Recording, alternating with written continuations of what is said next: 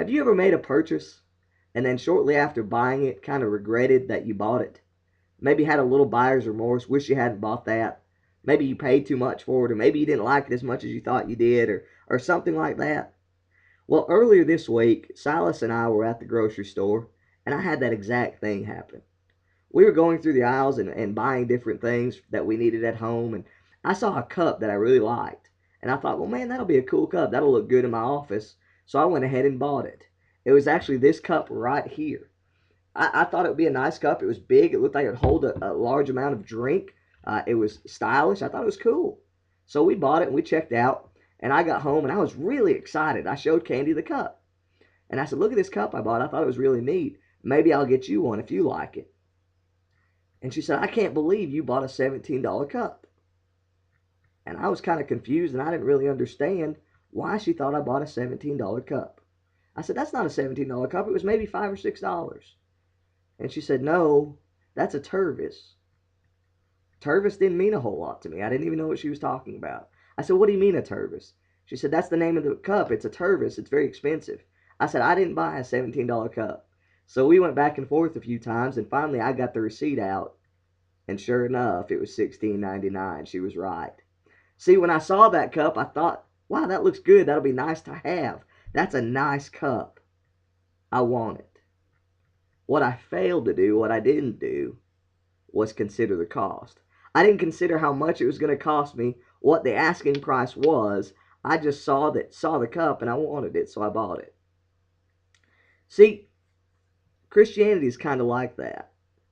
In Luke chapter 14, Jesus teaches about the cost of discipleship. See, Jesus had a bunch of people with him. He had a multitude following him, great crowds accompanying him. And as they were going, Jesus stops. I don't know what happened. The text doesn't say, but something happens to make Jesus stop and turn to the crowd and begin to teach about the cost of discipleship.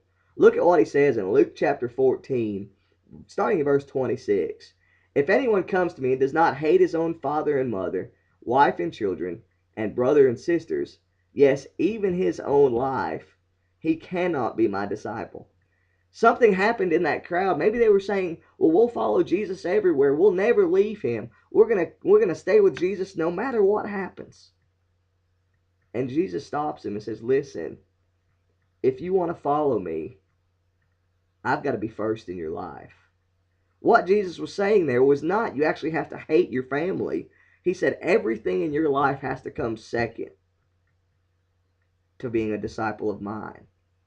Christians today have that same responsibility. If we're going to follow Jesus, we've got to count the cost. We've got to be willing to put everything in our life second to being a disciple. Let's continue on in our text. Verse 28, it says this. For which of you, desiring to build a tower, does not first sit down and count the cost, whether he has enough to complete it? Otherwise, when he has laid a foundation and is not able to finish, all who see it begin to mock him, saying, this man began to build and was not able to finish. If we're going to make that decision to be a disciple of Christ, a follower of him, and I hope we are, and I hope we continue to make that decision every day, we've got to count the cost. We've got to realize that there's a price to be paid for following Jesus, and that price is putting him first and everything else in our life second. We may not realize it, but whether or not we choose to decide to follow Jesus, we're going to give everything we have. In Mark chapter 8, verse 36, the Bible says this, for what does it profit a man to gain the whole world and forfeit his soul?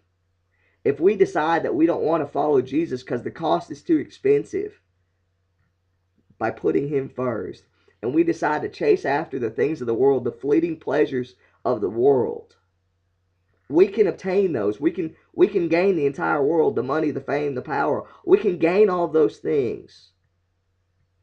But the Bible says it's of no profit to do that at the expense of your soul. Because if we chase those things, and we don't chase Jesus, and we don't put him first, we put our entire soul in jeopardy. We've got to be willing to count the cost, and we've got to be willing to follow Jesus. I hope this has been beneficial to you.